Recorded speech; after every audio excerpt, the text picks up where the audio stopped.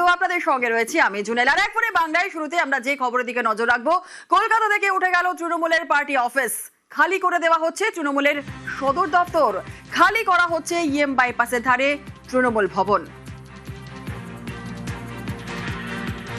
কলকাতা থেকে উঠে গেল তৃণমূলের পার্টি অফিস, খালি করে দেওয়া হচ্ছে তৃণমূলের সদর দপ্তর, খালি করা হচ্ছে ইএম বাইপাসের ধারে তৃণমূল ভবন।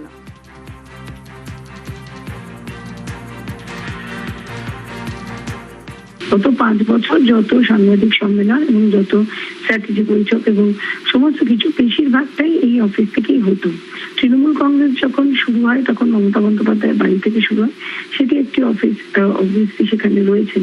কিন্তু তৃণমূল কংগ্রেসের যে আরেকটি তৃণমূল ভবন ছিল সেটিকে পুরো অন্যরকম ভাবে নতুন তৈরি করার ব্যাপার ছিল, সেটি এখনো সম্পূর্ণ হয় না। তাই কার্যত বলা যেতে পারে যেখানে মানুষ এসে দেখা করার বা যেটা মেইন কাজ পার্টির অফিস ছিল, সেই অফিসটা এই কার্যত এই যে আজকের যে পদক্ষেপ, যেখান থেকে দেখা যাচ্ছে যে পুরো অফিসটা খালি করে দেওয়া হচ্ছে এবং এরকম আগে বলছিল যে 2বার নোটিশ দেওয়া হয়েছে এবং তারপরে সেটা খালি করে দেওয়ার কথা বলা হয়েছে। এই কথাটা বলা যেতেই পারে যে কলকাতা শহর থেকে মমতা বন্দ্যোপাধ্যায়ের বাড়ি সবসময় তৃণমূল কংগ্রেসের অফিস, সেটা বাদ দিলে তৃণমূল কংগ্রেসের অফিস উঠে গেল শহর কলকাতায়। এটা এই যে জায়গাটা ছিল এবং এইটা বাইপাস একেবারেই সংলগ্ন রাস্তা থেকে একটু ঢুকে গিয়ে এবং সমস্ত রকমের কাজ এখান থেকেই হতো গত 5 বছর। সেখান থেকে দাঁড়িয়ে এটাও কিন্তু তৃণমূল কংগ্রেসের কাছে খুব বড় একটা ধাক্কা, কারণ তকসিয়ার যে আরেকটি জায়গায় যে পুরোনো বাড়িটি ছিল সেটি এখনো কিন্তু নতুন ভাবে তৈরি হয়নি এবং সেই জন্য স্থানীয় লোকেরা বলছে বেশ কিছু সমস্যা রয়েছে।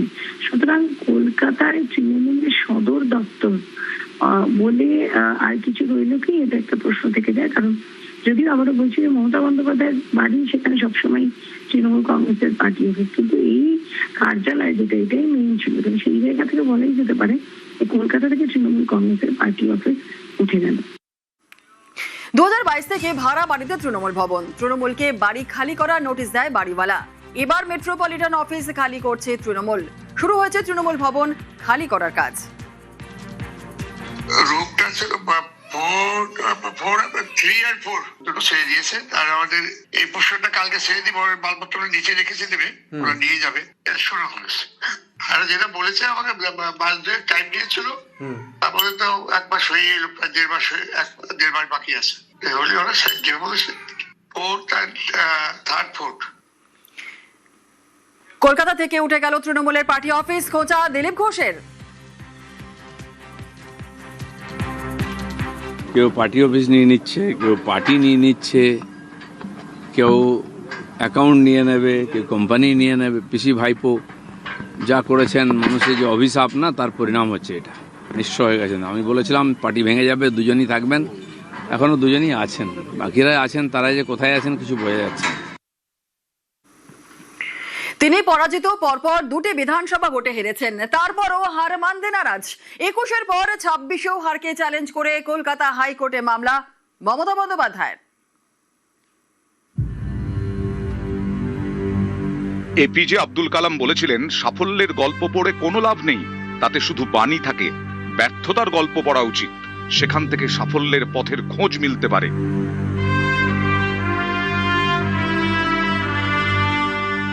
কিন্তু ব্যর্থতার গল্প পড়তে হলে তো আগে ব্যর্থতাটা স্বীকার করতে হবে। হেরে গিয়েছি সেটা তো আগে মানতে হবে। অনেকে যা মানতে পারেন না। কেন, কিসের জন্য? আমরা তো হারিয়ে নিয়ে যাবো। We didn't lose the election. It is their forceful attempt to defeat us.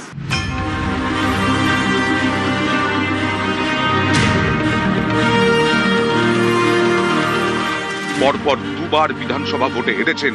2021-এ নন্দীগ্রামে, 2026-এ ভবানীপুরে। এবার তাঁর দলও হেরেছে গোহারা, ক্ষমতাও হারিয়েছেন, কিন্তু তিনি তার হার মেনে নিতে নারাজ। তাই ভোটের ফল চ্যালেঞ্জ করে ফের আদালতে। ভোটের ফল বেরোনোর প্রায় 1.5 মাস পরে 21-এ নন্দীগ্রামে হারার পর সেই ফলাফলকে চ্যালেঞ্জ করে মামলা করেছিলেন মমতা। সেই মামলার ফয়সলা এখনো হয়নি। এরই মধ্যে 26-এ ভবানীপুরেও হার। এবার গণনায় কারচুপির অভিযোগ তুলে কলকাতা হাইকোর্টে মামলা। একই প্রার্থীর বিরুদ্ধে লড়াই করে 2বার 2 কেন্দ্রে হার। তারই হার চ্যালেঞ্জ করে কলকাতা হাইকোর্টে। এ এক বেনজির ঘটনা।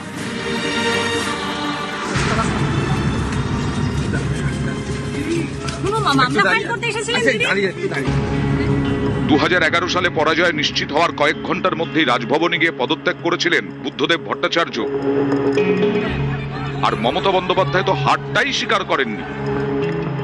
আমরা তো হারিনি, we didn't lose the election. It is their forceful attempt to defeat us. অনেকেরই প্রশ্ন, হার স্বীকার না করলে হার থেকে শিক্ষা নেবেন কিভাবে? জয়ের মধ্যে আনন্দ আছে, হারে গ্লানি। কিন্তু হার অনেক কিছু শিখিয়ে দিয়ে যায় যদি কেউ শিখতে চায়। I don't know where 1996 সংখ্যার অভাবে 13 দিনেই রণভঙ্গ দিতে হয়েছিল অটল বিহারী বাজপেয়ীকে। লোকসভার অধিবেশন ডেকে প্রধানমন্ত্রী পদ থেকে ইস্তফা দেন। হার মেনে নিয়েছিলেন, হার মেনে নিয়ে দেন হুঙ্কার। সে এক ইতিহাস। मानते हमारी कमजोरी है, हमें बहुमत मिलना चाहिए। सफलता नहीं मिली वो अलग बात है, लेकिन हम फिर भी सदन में सबसे बड़े विरोधी दल के रूप में बैठेंगे और आपको हमारा सहयोग लेकर सदन चलाना पड़ेगा, इस बात को मत भूलिए। কয়েক বছরের মধ্যেই কামব্যাক, দেশে বিজেপি সরকার, প্রধানমন্ত্রী অটল বিহারী বাজপেয়ী।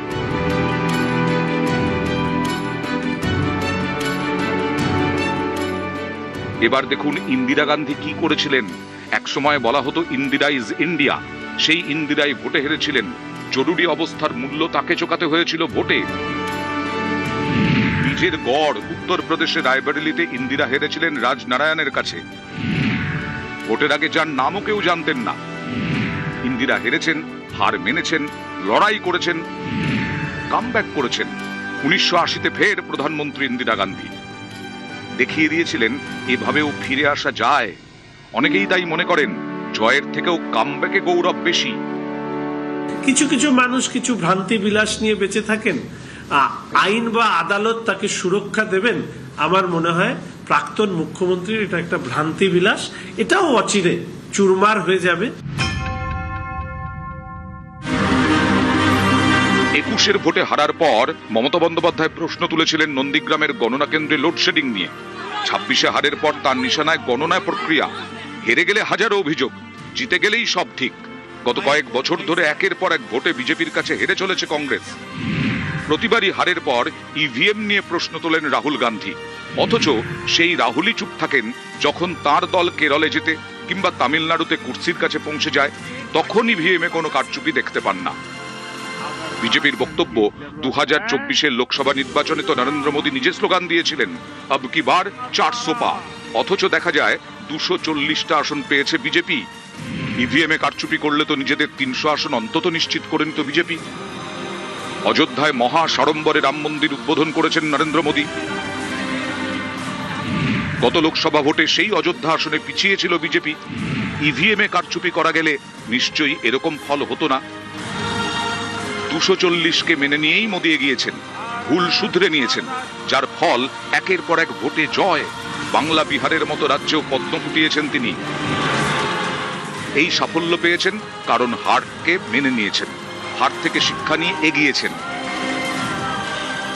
আর যিনি হারটাই মানতে পারেন না, তিনি আর হার থেকে শিক্ষা নেবেন কি?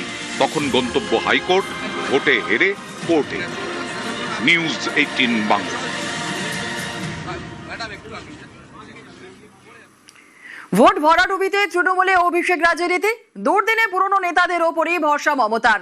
আর জেলার দায়িত্বে এবার মমতাপন্থী নেতারাই। সভাপতি চেয়ারম্যান পদে পুরনোদের ফেরালেন মমতা।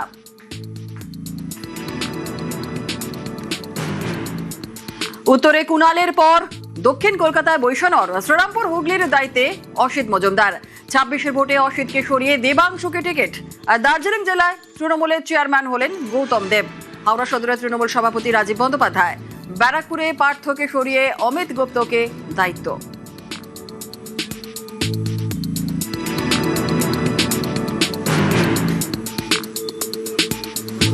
পশ্চিমবঙ্গ বিধানসভা নির্বাচনে হারের পর তৃণমূল কংগ্রেসের অন্দরে গৃহদাহ শুরু হয়ে গিয়েছে। একের পর এক নেতারা তারা যেমন তৃণমূল কংগ্রেসের সঙ্গ ছাড়ছেন, তেমনি যারা দলীয় প্রতীকে জিতে সাংসদ বা বিধায়ক হয়েছেন তারাও বিদ্রোহী হতে শুরু করেছেন। তৃণমূল কংগ্রেসের এই দুর্দিনের মধ্যেই মমতা বন্দ্যোপাধ্যায়ের তরফ থেকে সংগঠনে ফের পুরনো নেতাদের একঝাঁক নেতৃত্বকে সামনে নিয়ে আসা হয়েছে। বহু ক্ষেত্রে দেখতে পাওয়া গিয়েছে যে যারা বিদ্রোহী ব্লকে গিয়ে নাম লিখিয়েছেন সেখানে যেমন নতুন দায়িত্বে নিয়ে আসা হয়েছে, আবার যারা কার্যত দলের মধ্যে কিছুটা হলেও কোণঠাসা হয়ে পড়েছিলেন প্রবীণ হওয়ার কারণে তাদেরকেও গুরুত্ব দিয়ে তুলে নিয়ে আসা হয়েছে। রাজনৈতিক বিশ্লেষকদের মতে যারা এতদিন পর্যন্ত দায়িত্ব সামলেছিলেন তারা সেই দায়িত্ব সামলানোর ক্ষেত্রে তারা ব্যর্থ হয়েছেন। অভিযোগ উঠেছিল যারা নতুন যারা রয়েছেন তারা একটা সময় এমন আচরণ শুরু করেছিলেন যার জেরে পুরনোদেরকে কার্যত কোণঠাসা অবস্থায় চলে যেতে হয়েছিল। যদিও ফল প্রকাশের পর দেখতে পাওয়া গিয়েছে দলের দুর্দিনে সেই পুরনো নেতারাই রাস্তায় নামছেন, কর্মীদের সঙ্গে আলোচনা করছেন। তাই আগামী দিনে সংগঠনকে যদি ঘুরে দাঁড়াতে হয় মমতা বন্দ্যোপাধ্যায় সেই কারণেই ফের পুরনো নেতাদেরকে নিয়ে আসলেন সামনে। তবে অন্য অংশের মতে যে ধীরে ধীরে প্রকাশ্যে না বললেও নেতাদের বক্তব্যের বা যে অভিযোগ ছিল তার সারবত্তা বুঝে আস্তে আস্তে অভিষেক বন্দ্যোপাধ্যায়কে বা তার সংগঠনে যে ভূমিকা ছিল সেখান থেকেও তাকে সরানো হচ্ছে। ফলে তৃণমূল কংগ্রেসের অন্দরে অভিষেক তন্ত্র শেষ করে এখন পুরনো নেতাদের উপরই ভরসা করে এগোতে চায় মমতা বন্দ্যোপাধ্যায়। ক্যামেরা অসিত দাসের সাথে আবির ঘোষাল, নিউজ 18 বাংলা, কলকাতা।